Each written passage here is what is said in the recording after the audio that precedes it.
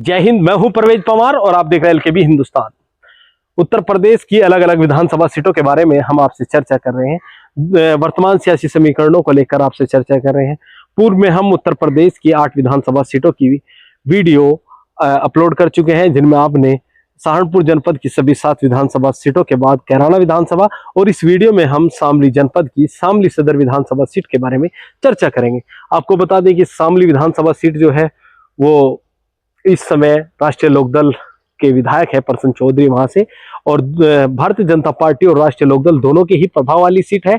और वर्तमान समय में दोनों राजनीतिक दल गठबंधन में है, तो इस सीट पर कहीं ना कहीं वैसे तो राष्ट्रीय लोकदल और भाजपा का ही वर्चस्व रहा है। सपा के लिए यहाँ पर कोई ऐसी खास अच्छाई वो नहीं गया है शामली विधानसभा सीट से अभी तक।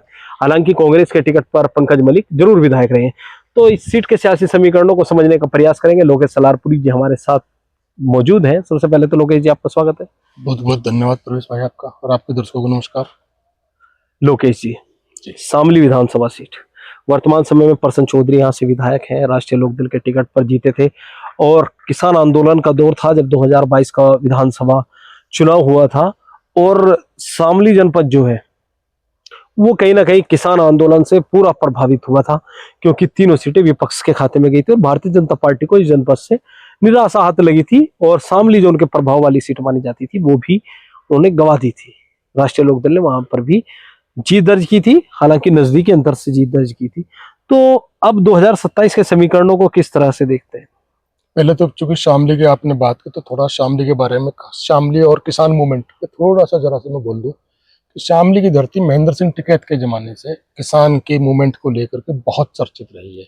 एक दौर था जो महेंद्र सिंह टिकैत का जबरदस्त दौर था किसान मूवमेंट को लेकर के। और जो लास्ट मूवमेंट हुआ है दिल्ली में किसानों का, किसान हालांकि पंजाब के किसानों ने शुरू किया था, लेकिन अगर आपको याद है उसका अंत किया था शामली के चौधरी महेंद्र सिंह टिकैत नहीं किया था। मुजफ्फरनगर तो बहुत उर्वरा धरती है मूवमेंट को लेके, किसान आंदोलन को लेकर बहुत उर्वरा जमीन है। और वहां बहुत सारी पॉलिटिकल पार्टी कई बार सोचती है किसको टिकट देना है, क्या करना है, क्या रणनीति बनानी है। और वहां के कैंडिडेट आमतौर पर किसानों पर ही फोकस रखते हैं, वहाँ पार्टी भी किसानों पर ही फोकस रखती है। खैर, आपने कहा कि प्रसन्न चौधरी वहां से विधायक है लोकदल, राष्ट्रीय लोकदल के भाजपा के गठबंधन से। अब इस चुनाव में 2027 के चुनाव में पहला सवाल तो ये कि क्या भाजपा और राष्ट्रीय लोकदल गठबंधन बरकरार रहेगा। पहला सवाल तो ये है। मुझे नहीं लगता, फिलहाल जो स्थिति है कि शायद मैं ये मान के चलता हूँ गठबंधन बरकरार रहेगा, ऐसे ही चलेगा 27 तक, चुनाव तक मैं ये मान के चल रहा हूँ। ये सारे जो आप पूछ रहे हैं विश्लेषण, सारा हम इस फोकस रख रहे हैं कि ये गठबंधन बरकरार रहेगा। 2027 में भाजपा और राष्ट्रीय लोकदल मिलकर चुनाव लड़ेंगे। हम ये मान के चल रहे हैं, क्या होगा मुझे नहीं पता। अभी है जो परिस्थिति, हम उसी पर चर्चा कर रहे हैं। तो ये दोनों इसी गठबंधन में चुनाव लड़ेंगे। प्रसन्न चौधरी वहां से फिलहाल विधायक है। अब दिक्कत क्या है कि इनका टिकट बरकरार रहेगा कि नहीं रहेगा। चलो हमने मान लिया गठबंधन बरकरार रहेगा, प्रसन्न चौधरी का टिकट की स्थिति क्या बनेगी। चूंकि सिटिंग एमएलए तो है, इसमें कोई शक नहीं है। उनके खिलाफ एक चीज जाती है जी, वो दो चीज आती है मान के चलिए, जिसे बीजेपी के लोग कई बार कहते हैं कि इनका जो इतिहास है प्रसन्न जी का, वो थोड़ा दल बदल का रहा है। कई सारी पार्टियों की जगह जगह घाट घाट का पानी पीवे नेता, आप ये मान के चलिए। अलग अलग पार्टी में उन्होंने अलग टाइम पे अपनी जिला पंचायत सदस्य से राजनीति शुरुआत की थी। और बहुत आर्थिक स्थिति बड़ी मजबूत है उनकी, इसमें कोई दिक्कत नहीं है। इसका लाभ भी राजनीति में उन्हें मिला है। हाँ, इसी का लाभ राजनीति में उनको ज्यादा जबरदस्त मिला है। अब बीजेपी वाले कहीं ना कहीं उनसे, जो वहां की लोकल बीजेपी है शामली की, कहीं कहीं असहज रहते हैं उनसे थोड़ा सा। अब वहां दूसरा एक लीडर भी है योगेंद्र जी, राष्ट्रीय लोकदल के, वो हमेशा राष्ट्रीय लोकदल में ही रहेंगे, उनके एक मजबूत स्तंभ शुरू से रहेंगे। अब टिकट के लिए वो भी, चूंकि हर आदमी कोशिश करता है, जाहिर है ऐसा कोई नेता नहीं जो पार्टी राजनीति में है और वो चुनाव में लड़ने की, विधायक बनने की, सांसद बनने की कोशिश ना करे, तो उनके मन में भी महत्वाकांक्षा है। अब मैं ये पहले तो क्लियर नहीं हूं कि प्रसन्न जी का टिकट रहेगा या उनका टिकट हो सकता है, या भाजपा भी अपना कोई गोटी फिट करेगी, क्योंकि भाजपा का भी ये वर्चस्व राजनीति पे। खैर, हम ये मानते हैं कि प्रसन्न जी का ही टिकट फिलहाल जो है एजीटी, चूंकि सिटिंग एमएलए, शायद उन्हीं का टिकट कंटिन्यू रहे। अब देखना ये है कि अगर उनका टिकट कंटिन्यू रहता है और जो योगेंद्र जी टिकट की लाइन में है, उनका रोल इनके चुनाव के लिए क्या रहेगा। एक मेन फैक्टर तो ये है रिजल्ट। और भाजपा की भूमिका क्या होगी? भाजपा की भूमिका क्या रहेगी, क्योंकि भाजपा में भी मैंने बता दिया ऐसा स्थिति है। तीसरा फैक्टर कि विपक्ष में चुनाव कौन लड़ेगा। फिलहाल वहां गठबंधन किसको टिकट देगा, अभी तो कोई नाम सामने नहीं है। हाँ, कई लोग हैं जो तैयारी कर रहे हैं। बहुत लोग तैयारी करते हैं। टिकट तो किसी एक का होगा ना, वो किसका होगा? एक नाम है जो मेरे पास हल्की फुल्की जानकारी, शायद पंकज मलिक कोशिश कर रहे हैं। चरथावल विधायक पंकज मलिक शामली से चुनाव लड़ने के इच्छुक है। अब उनको शामली से पार्टी कंटिन्यू करेगी कि नहीं करेगी, ये भविष्य गर्म में है। अगर पंकज मलिक शामली से टिकट हासिल कर लेते गठबंधन का, तो चुनाव बहुत दिलचस्प हो जाएगा, क्योंकि मलिक खाब बड़ी जाट, संख्या में, जाट लीडर मलिक खाब बड़ी संख्या में सीट के ऊपर, तोमर दूसरी बागपत सीट पे जी, जाट होगी, लेकिन मलिक खाब तो शामली का आसपास का पूरा मलिक खाब पे डिपेंड करता है सारा का सारा।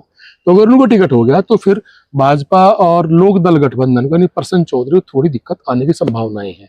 अदरवाइज फिलहाल मजबूत तो दिखते ही है।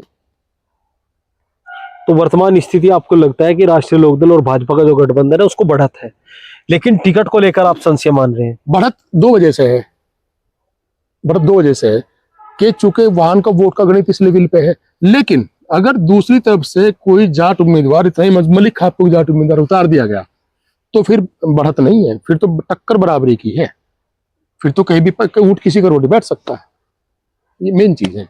अच्छा, ग्राउंड मतलब अभी तक का जो उनका कार्यकाल रहा है प्रसन्न चौधरी का, तो आपको लगता है कि जो आपने जैसा कहा कि असहज महसूस करते हैं भारतीय जनता पार्टी के नेता, तो क्या आपको लगता है कि अंदरूनी खींचतान कुछ है वहां पर? देखो, जब सत्ताधारी पार्टी होती है तो उसमें अंदरूनी खींचतान तो हमेशा होती है। अब सत्ता में है, आपका गठबंधन सत्ता में है, और यही राष्ट्रीय लोकदल कुछ दिन पहले ही अखिलेश सिंह के साथ भी रहा है, पहले कांग्रेस के साथ भी दौर में रहा है, पहले बीजेपी के साथ भी रहा, फिर बीजेपी के साथ। तो सबसे बड़ी खींचतान तो यही है कि गठबंधन कंटिन्यू होगा कि नहीं होगा, किसी को नहीं पता क्या समीकरण बदलते हैं 2027 तक। इसलिए कोई भी चीज कहनी जल्दबाजी। मैंने जैसा अभी कहा कि भाई जो वर्तमान हालात है, हम मान के चलते गठबंधन बरकरार रहेगा, उस हिसाब से देखें तो स्थिति मजबूत है। दूसरी कंडीशन वही आती है कि वो क्या करेंगे जो राष्ट्रीय लोकदल से टिकट मांग रहे हैं। पिछली वीडियो में जो हम कैराना को लेकर चर्चा कर रहे थे, आपने कहा था कि कुछ सीटें ऐसी भी हो जाती है कि अपने वर्चस्व बचाने के लिए कहीं ना कहीं विपक्ष को नेता फायदा दे देते हैं, जैसे हमने मनीष चौहान, मृगांका सिंह और अनिल चौहान को लेकर बिल्कुल चर्चा की ये थी। होता है गुटबाजी। तो क्या ये गुटबाजी भारतीय जनता पार्टी और राष्ट्रीय लोकदल में भी हो सकती है कि अगर राष्ट्रीय लोकदल एक बार फिर जीत गई तो भारतीय जनता पार्टी को और नुकसान होगा, इस तरह का कुछ? ये बहुत चलता है, ये सब, ये बहुत जबरदस्त एक फील्डिंग लगती है पार्टियों के बीच में, और जो लोकल नेता है ना किसी पार्टी का, इस पर वो लोग ज्यादा ध्यान देते हैं, वो ऐसा कई बार करते हैं। मुझे इस बात की संभावना शामली में नजर आ रही है, इस बार ऐसा हो सकता है। तो आपको लगता है शामली में इस तरह का कुछ? राष्ट्रीय लोकदल और बीजेपी के बीच में टिकट को लेकर खींचतान तो पक्के तौर पे है, वो भले सतह पे अभी तक नहीं है, लेकिन जो जानकार लोग उनको मालूम, मुझे मालूम है खींचतान है कहीं ना कहीं। उसका रिजल्ट क्या है ये देखने वाली बात है, लेकिन खींचतान तो है। उसका रिजल्ट, इस खींचतान के बीच बावजूद आप भारतीय जनता पार्टी और राष्ट्रीय लोकदल को बढ़त दे रहे हैं उस परिस्थिति में अगर विपक्ष के पास कोई मजबूत कैंडिडेट नहीं मिलता। लेकिन दूसरा एक और है कि भारतीय जनता पार्टी का जो परंपरागत वोटर माना जाता है, वैश्य वोटर, उसके जो राजेश्वर बंसल है, जो पूर्व में विधायक रह चुके हैं कैराना विधानसभा से, नगर पालिका के अध्यक्ष भी रहे हैं और बड़े धनाढ़ नेताओं में उनकी गिनती होती है, वो भी वर्तमान समय में समाजवादी पार्टी में है और चर्चाएं हैं कि उनके बेटे जो अखिल बंसल है वो भी वहां से टिकट मांग रहे हैं। फिर वही सवाल आता है, एक हो क्या रहा है हिंदुस्तान में कि अगर आपकी जातीय कैंडिडेट को टिकट मिल गया तो उसके पीछे जाति चली जाती है, लेकिन चूंकि वो फिलहाल गठबंधन के साथ है, जी जी मलिक साहब, वो बंसल जी, जी, तो उनका टिकट नहीं होता, तो फिर अपने वोटर को क्या कहेंगे, कितना रोक पाएंगे, कितना प्रभाव उनका अपने वोटर्स पे है, ये देखने वाली बात। वो तो मैं खुद उनका इंटरव्यू करके आया था, तो उन्होंने कहा कि हमारे जो समाज का वोट है वो हमें तो मिल सकता है लेकिन हम शिफ्ट नहीं कर सकते। दूसरी बात, उन्हें मिल सकता है, और वो परंपरागत भाजपा का वोट बैंक है वैश्य समाज, ये भी सच है, कड़वा सच है, तो वो कितना उलटफेर कर पाएंगे आपके सामने। तो शामली विधानसभा सीट के कुछ बिंदुओं पर हमने चर्चा की, आप भी कमेंट बॉक्स में अपनी राय दे सकते हैं। इस वीडियो में बस इतना ही, आगे के अपडेट के लिए बने रहिए एलकेबी हिंदुस्तान के साथ। जय हिंद।